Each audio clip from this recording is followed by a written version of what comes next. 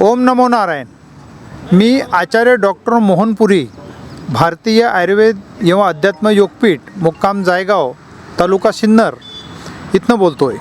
मित्रांनो, आपल्या सिन्नर नगरीमध्ये आपण 14, 15 आणि 16, 17 असे 4 दिवस आपण इथं शिवमहापुराण कथा इथं आपण ठेवलेली आहे.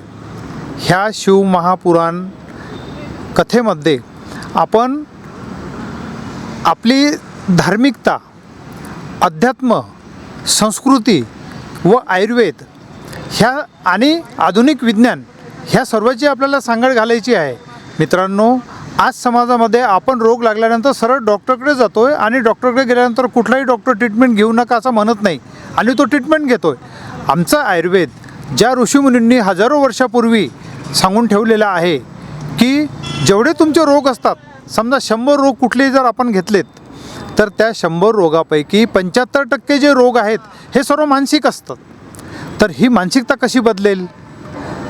तुम्ही आज समाजामध्ये जी ही अराजकता आहे, संस्कृतीची जी अराजकता आहे, ह्यावर इथं शिवधाम सरकारतर्फे आपण दररोज ह्या कथेमध्ये त्याचं धर्म, संस्कृती, आयुर्वेद आणि आपल्या ज्या चिंता आहेत, आपले जे रोग आहेत, हे औषधं गोळ्या घेऊनही का जात नाहीत ह्याबद्दल पण माहिती दिल्या जाईल.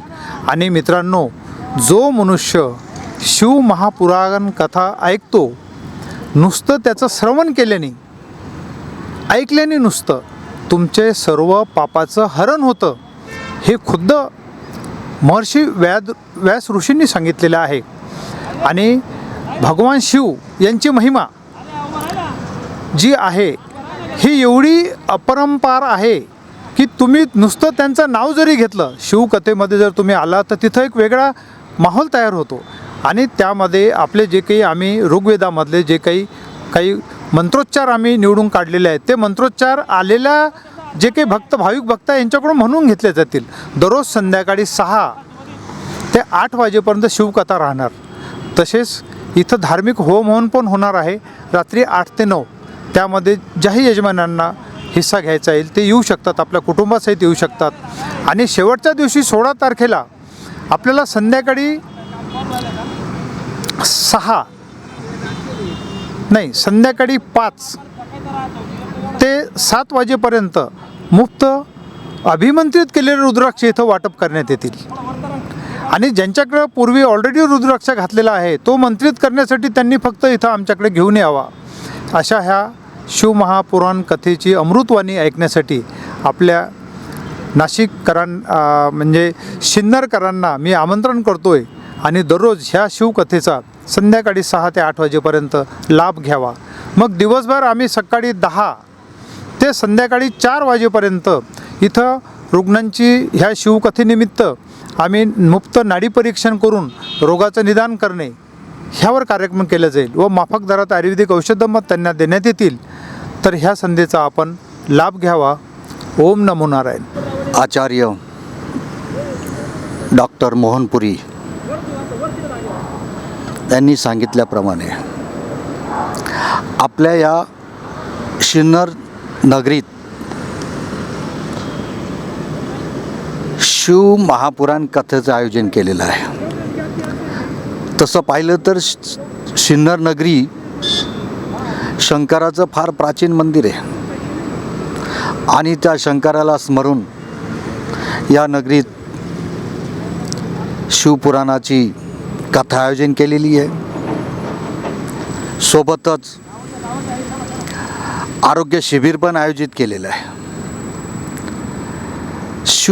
महापुराण आणि आरोग्य शिबिर याचा समन्वय कसा, तर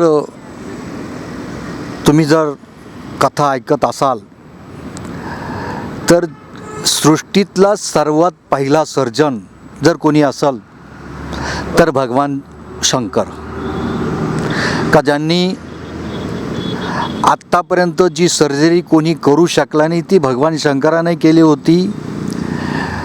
वेगवेगळ्या प्राण्यांचे शरीर किंवा शिर माणसाला रिप्लेस केलं होतं.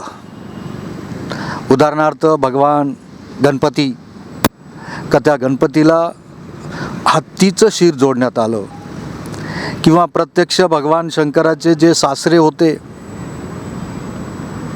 दक्ष राजा, त्यांना बकऱ्याचं शिर जोडण्यात आलं होतं. आत्तापर्यंत ही पॅथी लुप्त आहे, परंतु पूर्वीच्या आयुर्वेदामध्ये ही पॅथी होती.